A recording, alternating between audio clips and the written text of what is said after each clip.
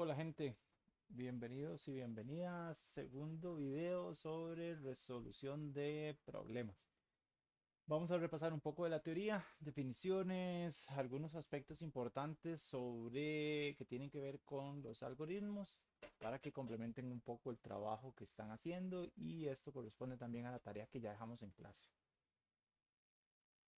Ok, entonces vamos a hablar sobre resolución de problemas enfocado a como lo hemos visto en clase, ¿verdad? A cómo crear un algoritmo. Perdón. ¿Cómo es que trabajamos para crear una solución y qué características es deseable que tenga esa solución desde una perspectiva ingeniería? Ok, y la definición de algoritmo. Bueno, nosotros ya vimos que es un algoritmo, vimos cómo se estructura, más o menos cómo lo vamos a estar trabajando. Sin embargo, una definición que se usa, no hay como un consenso, hay diferentes definiciones, pero es una secuencia de pasos con los que se obtiene un resultado de una cantidad finita de tiempo. Ahora, es importante destacar eso, una cantidad finita de tiempo. ¿Qué pasa si tenemos un programa que calcula la respuesta al cáncer para una persona específica? O sea, uno le mete el ADN y entonces dice, bueno, la cura del cáncer de esa persona es esta. ¿Qué pasa si para dar la respuesta, entonces toma 50 años encontrar la respuesta? El algoritmo funciona, está correcto, pero no tiene una utilidad, ¿verdad? Entonces tiene que terminar en algún momento porque si no, de, de ahí perdemos esa utilidad. Un algoritmo es una solución particular a un problema. No quiere decir que un algoritmo lo solucione todo, sino que un algoritmo soluciona un problema con unas características particulares en un contexto particular. Este término viene del matemático persa que tiene ese nombre y es ese chavalo que está ahí a la par. Vean que los años son 780, 850 después de Cristo, entonces por eso es la foto tan fea. Eso es un grabado en un libro ahí viejísimo. El primer algoritmo que tiene características de un algoritmo como los que vemos nosotros o como los que estamos buscando crear es el algoritmo de Euclides, que era el de máximo común divisor, que recibe un par de números y digamos viene desde el 3000 antes de Cristo. Entonces esa forma de trabajar, de organizar las cosas de manera lógica por distintos pasos, pues viene desde hace rato.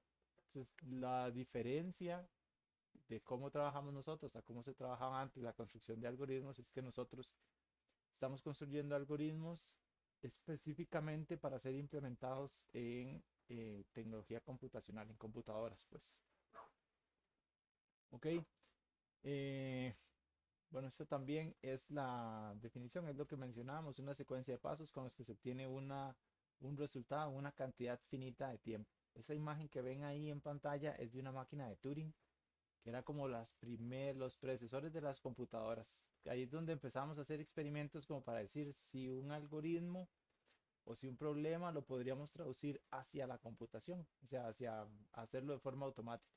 Pues la máquina de Turing tenía una serie de instrucciones muy específicas, tenía como tres o cuatro instrucciones que era mover izquierda, mover derecha, almacenar, eliminar, cambiar, poner un uno o poner un cero. Entonces, desde ahí viene la compu. Entonces ya podrías como, hey, voy a generarlo, pero y Turing, que Turing creo que por ahí tal vez hayan visto la película de Turing, que es considerado como uno de los padres de la computación moderna. Hay como varios padres y madres, pero es como de gente muy vieja que hizo cosas chivas en un momento particular de la historia. Entonces Turing es de esos que es como súper chiva. Ok, la representación de los algoritmos, bueno, hay diferentes formas, va a depender de la persona. Entonces, nosotros vimos dos ya en clase, solo vamos a usar esas dos, que es el lenguaje natural, que es como la receta de cocina, y los diagramas de flujo. El lenguaje natural es muy libre, es bonito porque es muy libre, entonces yo puedo garabatear algo rápido. El diagrama de flujo ya exige una estructura más precisa y tiene más restricciones. El pseudocódigo es cuando ya sabemos el lenguaje de programación, entonces mezclamos un poco el lenguaje natural con código. Entonces uno dice, hace una repetición de tal cosa con estas características y lo expresa ahí en términos de un poquito de código. Entonces eso es como pseudocódigo, es algo que se ve casi como código, pero que no va a compilar, no va a correr. O se podría poner el algoritmo ya cuando lo tenemos listo, cuando vamos a hacer la representación en un lenguaje de programación. Entonces ya en el lenguaje de programación deja de ser el modelo abstracto y es una implementación. Recuerden ese término de implementación es tomar el modelo abstracto y ya construir la representación. Entonces la representación sería la implementación. Tengo una implementación para Android. Tengo una implementación para eh, el escritorio. Ok, las recetas de cocina, eso también lo mencionamos en clase y lo vimos con los procedimientos de los problemas que vimos en la clase anterior, la de uf, 13, 14 de febrero. Ok, vean que también, digamos, los algoritmos buscan resolver una tarea. A esa tarea le decimos un problema, pero no necesariamente tiene que ser un problema, es nada más una tarea que queremos llevar a cabo. Entonces, por ejemplo, queremos cocinar algo rico, seguimos una receta de cocina. Y las recetas de cocina a veces funcionan, a veces no. En la compu sí es esperable que si seguimos los pasos, el resultado siempre sea el mismo, siempre quede como chido. Los diagramas de flujo se ven más o menos así. Tenemos un nodo de inicio y un nodo de final, que es el rosado. Las preguntas que tienen que ser preguntas cuya respuesta sea sí o no, no pueden ser preguntas abiertas. Se presentan así. Etiquetamos las salidas porque entonces las podemos cambiar para que el diagrama se vea más bonito. Típicamente tratamos de estructurar el diagrama para que se vea en una sola hoja de arriba hacia abajo, pero y a veces no nos cabe, es como más complicado. Entonces, este que ven a la derecha es un algoritmo para ver qué pasa con la lámpara, del tipo de algoritmos que hicimos en clase. Entonces, vean, la lámpara no funciona, y por ahí empiezo, entonces pregunto, ¿está enchuflada? No, entonces enchúflela y si ya la enchufló, entonces ya se acabó el problema, ya el algoritmo solucionó el problema. Si sí está enchuflada, entonces preguntamos si está quemada la ampolleta. Podrán imaginarse que esa imagen no es de un ejemplo latinoamericano, es de un ejemplo del otro lado del charco, creo. Entonces, bueno, preguntamos si está quemada la bombilla. Si sí está quemada la bombilla, la comprobamos y vean que ahí también, bueno, comprobamos, nos dice cambiar la ampolleta. Entonces cambiamos la bombilla y ya terminó el problema. Si está enchuflada y no está quemada la ampolleta, pues compramos una lámpara nueva. Obviamente este algoritmo está súper simplificado y no es como la gracia comprar una lámpara nueva cada vez que se quema la bombilla o que no está quemada la bombilla, pero se nos acabó el campo en la presentación, entonces bueno, hasta ahí llega el algoritmo. En estas primeras representaciones, en estos primeros ejemplos que hacemos, la cantidad de detalle va a depender de la persona y hay diferentes opciones. Para el mismo problema, la gente puede encontrar soluciones diferentes. Entonces, es muy común que, por ejemplo, usted diga, bueno, es que mi diagrama de flujo es distinto al de él, es distinto al de ella. ¿Y por qué? Bueno, porque hubo un montón de ingenio, de creatividad y la forma en la que estructuramos ese modelo abstracto para después crear una implementación, pues es distinta y eso está bien. Vamos a ver que incluso cuando veamos teoría, vamos a ver teoría que es la del libro, pero se espera que ustedes cuando ya estén implementando sus propios algoritmos, pues adapten lo del libro. No, no es como, mae, aquí tengo la cajita y la voy a poner por allá y eso soluciona el problema, sino es como, mae, a mí me enseñaron que uno podía hacer unas cajitas así, voy a hacer esta otra con esta otra forma, un huequito por aquí, un clavito por allá y ya eso se ajusta mejor al problema que tenemos ahorita o a la tarea que queremos resolver. Eh, la idea del diagrama de flujo es estructurar las ideas, estructurar un poco más ese modelo y ya darle como una forma que otra persona lo pueda entender, que entienda qué problema se está solucionando y cómo lo está solucionando y bueno, quién lo está solucionando. Eso es un ejemplo de pseudocódigo para los que ya llevaron programación. Es básicamente, qué sé yo, en el diagrama de flujo del lado derecho, eso se podría ver en pseudocódigo de esta forma que está en la presentación en el lado izquierdo. Es muy flexible, funciona mejor cuando uno ya tiene más práctica programando, o sea, ya escribiendo código. Entonces, mientras más práctica tenga uno escribiendo el código, más flexibilidad puede hacer. Si me preguntan a mí, yo personalmente uso una mezcla entre pseudocódigo y diagramas. Algunos diagramas ahí que no son tan específicos, pero son como las etapas grandes, los pasos grandes que voy a hacer y después escribo un poco de pseudocódigo para una de esas etapas, para algunas que me parezcan particularmente complicadas y después ya paso a hacer la implementación final. Noten que yo tengo, por ejemplo, unos meses de experiencia. O sea, ya tengo varios años de trabajar en esta carajada, tengo varios años de dar clases de esto, entonces, y esa es como la forma en la que a mí me ha funcionado mejor. Ustedes, conforme vayan construyendo su experiencia, van a encontrar otras alternativas, otros mecanismos con los que funcionan bien. Puede ser que no les guste hacer diagramas, pero hacen diagramas en una pizarra, no los hacen en papel. Se compran unos pilots para vidrio, entonces escriben en el vidrio. Siempre es importante, digamos, si no quieren gastar un montón de papel, pero tienen una ventana por ahí en su casa, un trapo o un borrador ahí, un pilot de pizarra, sirve para las ventanas.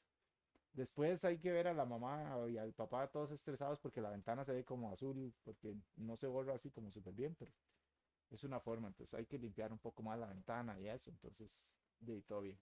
La gracia es que hagan esos, prueben primero y probar no quiere decir, bueno, hice uno o dos y no me gustaron porque me da pereza y ya, sino pruébenlo bastante, varios meses y ahí se van decidiendo qué ajustes hacen. Ok, esto sí ya es como parte de la tarea, las características de un algoritmo. Una cosa es hacer una solución y una cosa es hacer una solución que se vea y que funcione chido. Entonces uno tiene que tratar de que el algoritmo, de que este diagrama que estamos haciendo, porque ahorita estamos haciendo diagramas de flujo, tenga ciertas características. Primero tenemos que asegurarnos que el diagrama tiene un final y se sabe que en algún momento termina. Hacemos una serie de pasos y tiene que terminar. Si no, fue que se lupió, hay un error. A veces es vacilón porque construimos unos algoritmos y en unos casos funciona, con algunas entradas funciona, pero si cambiamos las entradas, el MAE se lupea. O sea, se encicla. Ya me dejaron diciendo lupear a mí. Tiene que tener precisión. Cada paso debe ser especificado de una forma clara y sin ambigüedad. Recuerden, las compus son tontas, no entienden chistes, no entienden sarcasmo, no entienden humor, no entienden ambigüedad, no entienden cosas que uno implica que la otra persona debería saber, pero no sabe. Entonces, a la compu hay que darle instrucciones muy precisas. Y las entradas hay que también tenerlas claras y especificadas. Viene de esta etapa de entender el problema y de extraer las características. Ahí es donde uno se da cuenta cuáles son las entradas. En el ejemplo del café que nosotros hicimos, vimos cuáles son las entradas. Bueno, café, azúcar. ¿Qué tanto le vamos a poner a café, azúcar? ¿Queremos que le ponga café, azúcar, sí o no? Nada más hace el café y después usted debe ver cómo resuelve la otra parte. Eso se puede. Puede haber un contexto para un algoritmo donde el algoritmo no necesite entradas. Siempre va a tener alguna restricción, una cosa así, que es como decir, bueno, este algoritmo no ocupa entradas, pero va a funcionar siempre y cuando la temperatura de la habitación sea de 18 grados, por decir algo. Ok, también cuando extraemos las características, entendiendo el problema para construir nuestro modelo abstracto, tenemos que preguntarnos, bueno, ¿qué es lo que va a salir? O sea, tengo este problema y cuál es el resultado que estoy esperando. Entonces, en el problema este que hicimos del 14 de febrero, ok, tenemos que hablar. Bueno, sí está bien, este es mi algoritmo, pero ¿qué es la salida que yo espero de este algoritmo? Espero quedar bien con mi otro u otra significativo, o espero resolver el problema, o nada más espero capearme el problema y tirar la bola para adelante. Entonces, hay que tener claro qué necesito al principio, que sería nuestro contexto para empezar, y qué va a salir del algoritmo. Porque puede ser que yo tenga un problema muy complejo y yo no pueda resolverlo de forma completa. Entonces yo digo, bueno, este algoritmo va a resolver esta parte del problema y si es otra parte del problema, entonces otro algoritmo. Debe ser eficaz, eso quiere decir que deben seguir las operaciones de forma exacta en un tiempo finito y que tiene que, bueno, resolver el problema de fijo y se puede resolver utilizando papel y lápiz. Mm, vamos a ver, las instrucciones de la compu típicamente se podrían ejecutar en papel y lápiz porque es lo mismo, recuerden, es solo otra representación. Entonces, una representación es en código y otra representación es seguir las instrucciones usando papel y lápiz.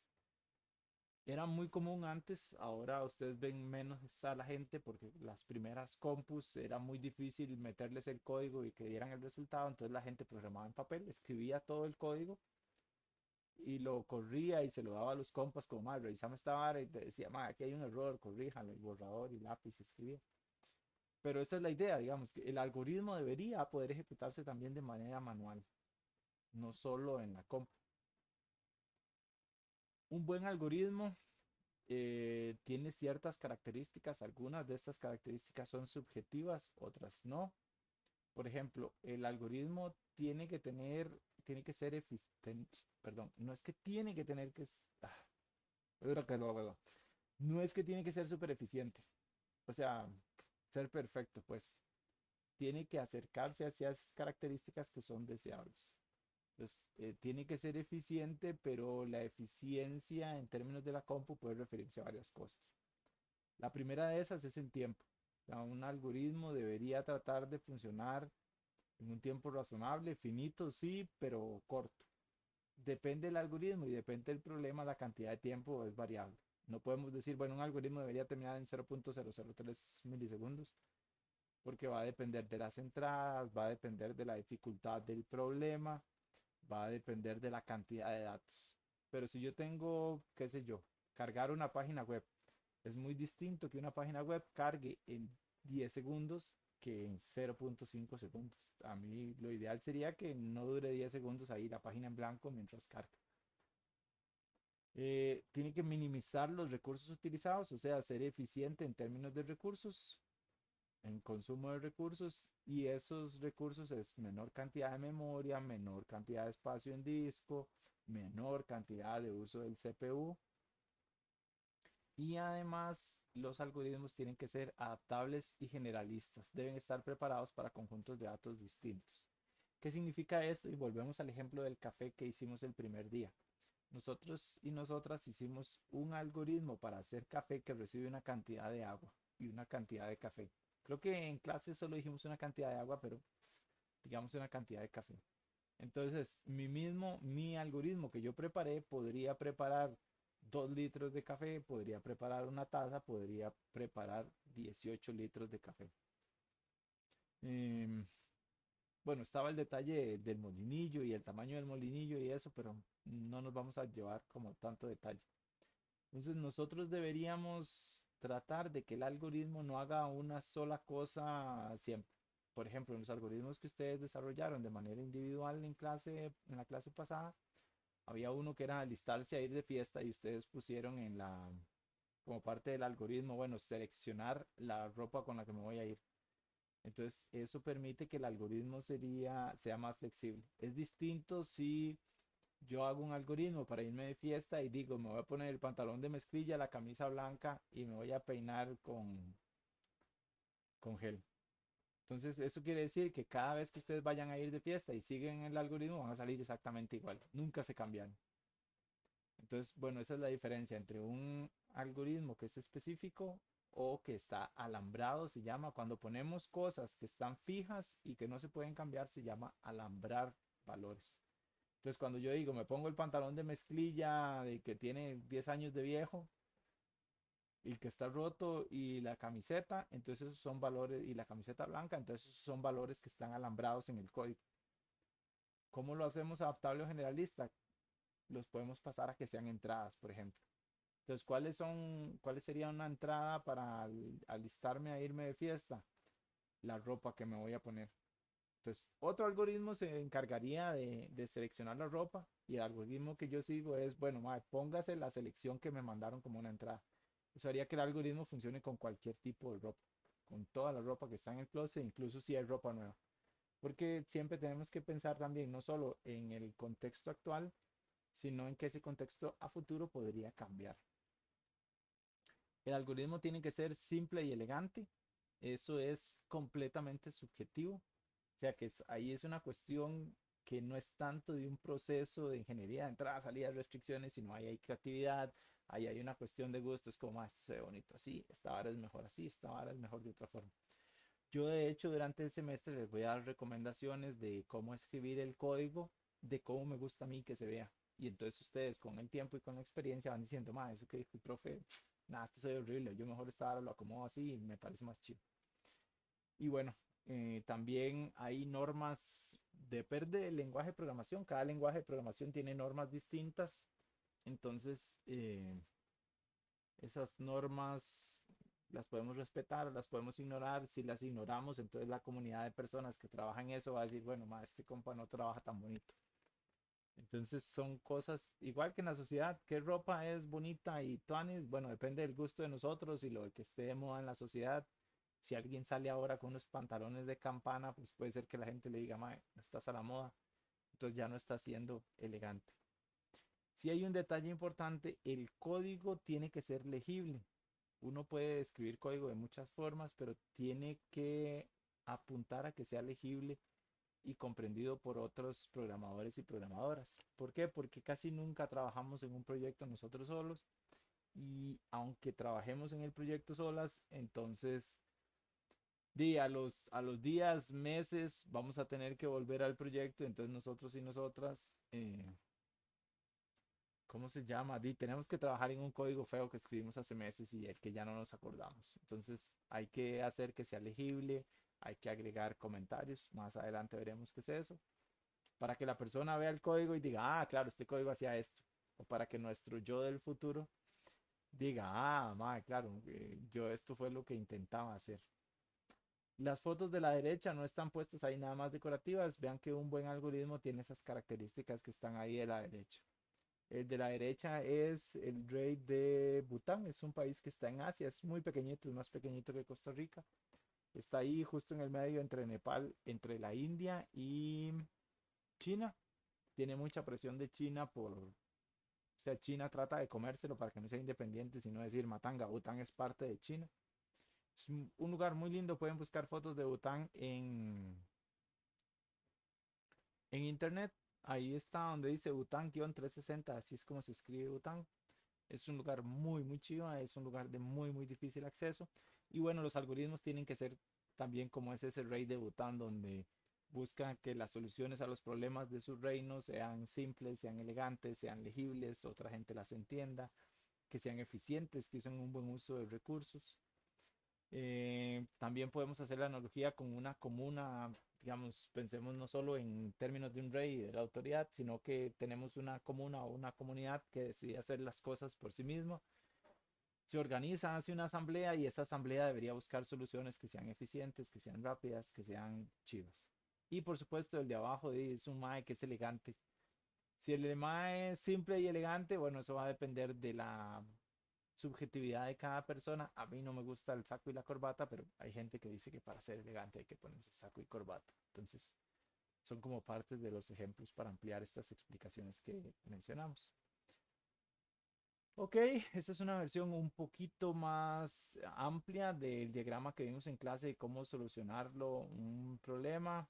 Es una serie de pasos. Aquí de nuevo la parece muy lineal, pero eso siempre tiene brincos desde cualquier paso que está en esa línea. Se puede brincar hacia atrás o hacia adelante y estar en ese plan. Tenemos el problema, entendemos el problema, aplicamos razonamiento lógico. Razonamiento lógico es muy bonito, o sea, es un nombre muy bonito, lo van a ver mucho en mate discreta, pero es eso que hicimos en clase. Ordene las ideas paso por paso, siguiendo una estructura muy sencilla. Tengo bifurcaciones, tengo repeticiones. Eh, Después ahí lo paso al programa, que sería nuestra representación, nuestra implementación, que es la que ya ahí hay un paso adicional que es, bueno, nosotros hacemos el código y este no lo mencionamos en clase, este se menciona solo acá. Cuando yo tengo ya la implementación, yo tengo que probarla, tengo que asegurarme que como yo lo diseñé y lo hice, va a funcionar. Entonces uno no puede hacer como el código y decir, bueno, ya esto funciona. No, hay que meterle un montón de entradas, hay que validar entradas, hay que preguntarse, ¿qué pasa si las entradas no son las que yo puse al principio que tenían que ser? Tira un error, se cae, revienta, no revienta, hace una cosa ahí súper loca. El semestre pasado en estructuras de datos, un estudiante llegó y tenía una pulga en el código. Pues pedía unos datos desde la terminal y uno le metía basura y entonces brincaba a la siguiente opción. Entonces él decía, eso no es un error, es una característica. Era un error, pero él lo probó, vio que era un error, pero no tenía tiempo de corregirlo, entonces dijo, bueno, si el profe pregunta, voy a decir que yo lo quería hacer así, entonces es a propósito. No le funcionó, pero por lo menos nos reímos un rato. De nuevo, el algoritmo tiene que ser comprobable. O sea, si yo hago una suma de dos valores, yo debería poder comprobar que esos valores, la suma se hizo correcto. ¿Cómo se hace eso? Primero lo pruebo con valores conocidos. 3 más 5. 3 más 5 debería ser 8. Si el algoritmo, nuestro programa devuelve un 8, ok, el algoritmo parece estar funcionando en ese caso. Y tenemos que probar con más casos. ¿Qué pasa si sumo ceros? ¿Qué pasa si sumo cero con otro número? Si sumo números negativos, si los dos son negativos, si el primero es negativo, si el segundo es negativo. Si meto un valor de infinito en la suma, hace la suma bien, devuelve el número, ¿qué pasa? Todas esas cosas hay que probarlas. Y mientras más pruebas hagamos, menos posibilidad hay de que revienten un error ahí como súper loco. Tiene que ser eficaz, dar los resultados esperados, darlos en un tiempo decente y tiene que tratar de ser lo más eficiente posible. Ahora, hay una cuestión de priorización, ¿verdad? Porque cuando desarrollamos una solución tenemos una cantidad de tiempo limitado para crear esa solución y para que no solo para que se ejecute, sino para crearla. Entonces, en algún momento nosotros tenemos que balancear un poco. Funciona, pero es muy lento o es muy rápido, pero funciona solo en algunos casos. Entonces, bueno, es un balance y tratar de que decir, bueno, sí, es bastante rápido, funciona en todos los casos y hay algunos casitos donde no funciona, pero esos pasan tan poco que tal vez podamos jugar por ahí o los reparamos más adelante. Entonces vean que no es un proceso exacto, no es como yo hago A, hago B, hago C. O sea, es vacilón porque el algoritmo sí debería ser exacto, pero el proceso de crear el algoritmo no es exacto. No es como yo digo, mal, yo para hacer el algoritmo hago los pasos A, B y C y ya todo funcionó. No, ahí hay creatividad, hay ingenio, ahí juega mucho el tiempo que tenemos, juega también otros factores externos que afectan cómo nosotros desarrollamos esa solución. Mencionamos en clase que estar descansado, que estar despejado, ayuda a desarrollar mejores soluciones. Si yo estoy cansado, si tengo 4, 5, 6 horas de estar trabajando así, tiro y pago, tiempo continuo, no me levanté, no fui al patio, no vi el sol, no jugué con la mascota, entonces eso va a hacer que yo esté tan cansado que el proceso de crear la solución va a ser más y más complicado. Entender el problema, fijo, digamos, si no sabemos bien qué estamos haciendo, de crear el modelo abstracto y después la representación va a ser dificilísimo. Dificilísimo no, digamos, es que lo vamos a hacer, pero le van a faltar partes, algunas partes no las pusimos ahí, pero no eran. Entonces hay que sentarse y hacer el problema. ¿Cómo algunos consejos para hacer esta parte del proceso? Bueno, sentarse y hacer el proceso a mano, sin que medie la computadora. Entonces, ok, ¿cómo se hace la suma? La suma se pone un número, se pone el símbolo, se pone el otro número, que hay que llevar números, que si, no tengo, que si excede 10 entonces llevo uno. Y así, entonces hago varios ejercicios, un montón, ojalá todos los que pueda, todos los que el tiempo me permita. Y ya cuando tengo más o menos claro, entonces yo puedo decir, ah, bueno, sí, fácil. Entonces las características es que tengo un número, una operación, otro número. Este número va a ser entero, va a ser flotante, va a ser un flotante muy grande. Pueden ser números muy grandes, muy pequeños. Siempre va a trabajar con números pequeños. Y a partir de ahí, entonces ya saco las características. Esas características, ese entender el problema y sacar las características en ingeniería de software se llama levantamiento de requerimientos. O sea, cuáles son los requerimientos del problema, qué es lo que me están pidiendo resolver y cómo. Bueno, aquí también en el anterior mencionamos, ok, denme ejemplos cuando queremos entender el problema, denme ejemplos, yo hago ejemplos, observo a otra gente haciendo ejemplos y ver cómo otra gente resuelve el problema de forma manual para ya después pasarlo a la compu.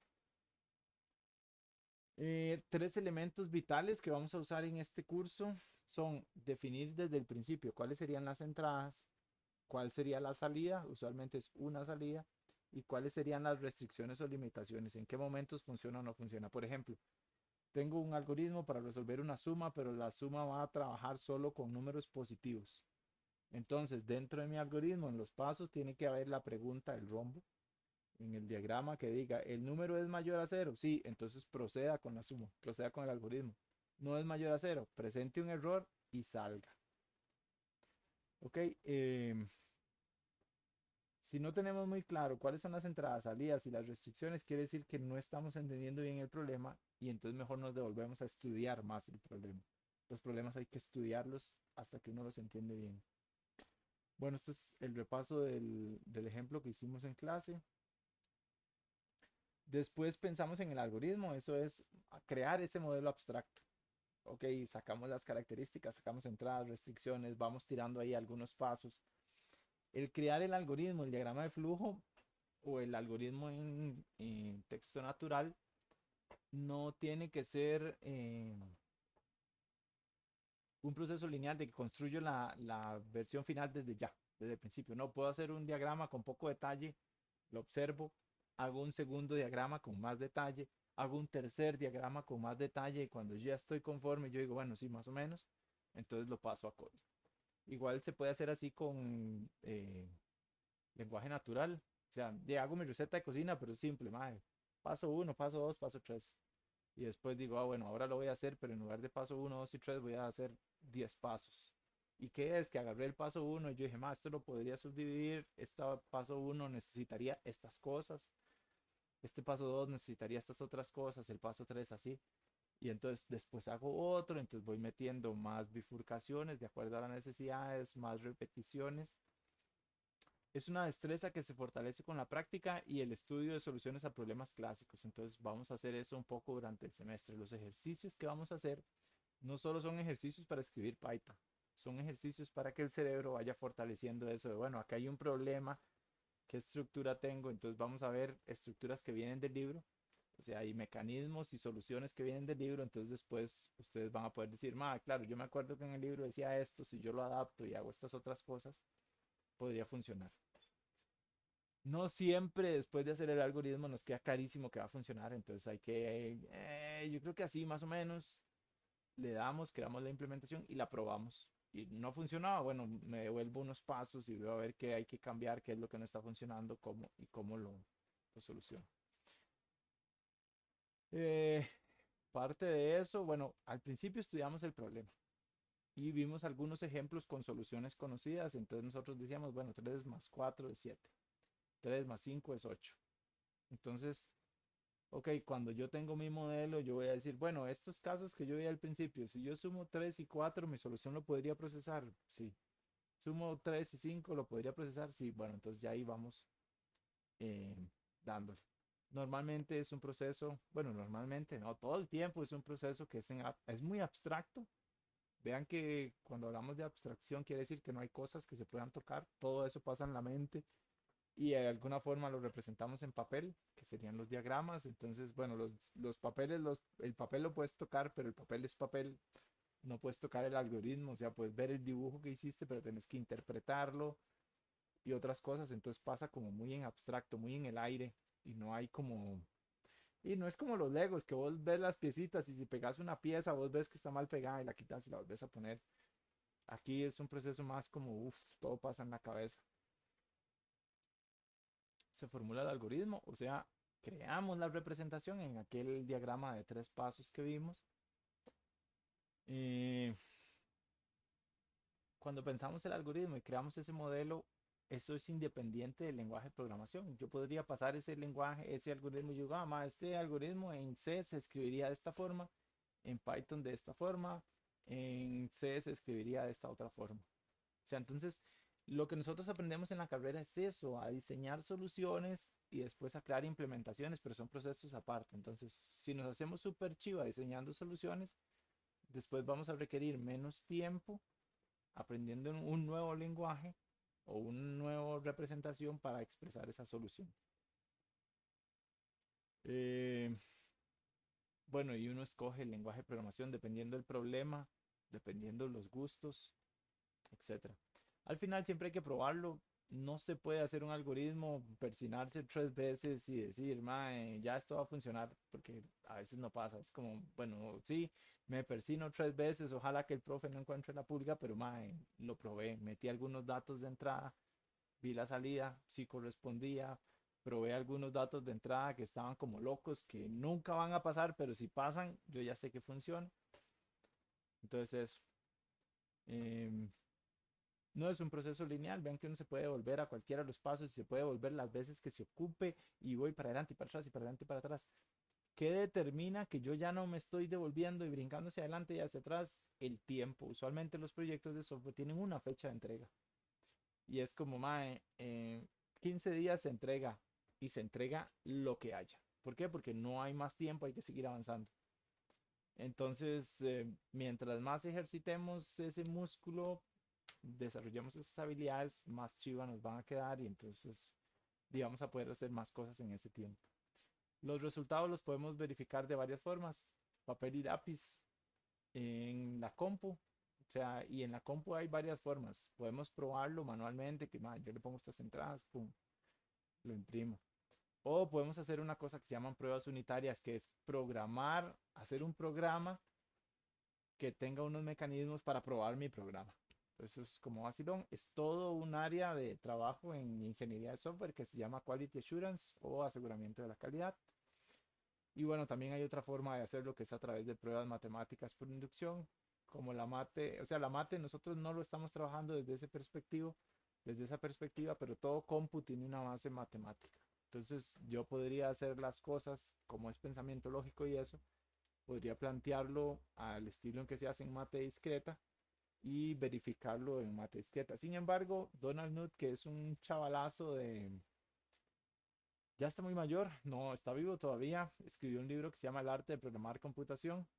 Dice que él puede probar, o sea, hacer una demostración matemática de que el programa está correcto, pero él no puede demostrar que el programa está correcto y que no tiene pulgas.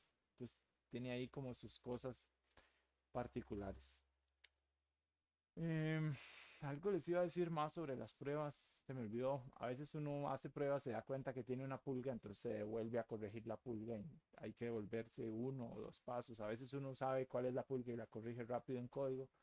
A veces hay que ir a repensar el algoritmo a ver qué pasó. A veces no hay tiempo, entonces de ahí se entrega con la pulga.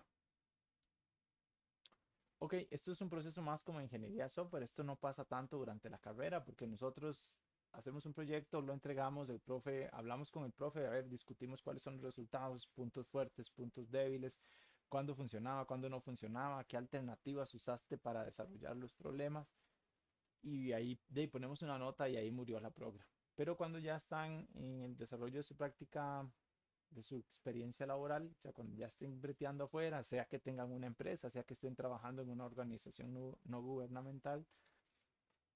Eh, Deben un segundo para cerrar esto.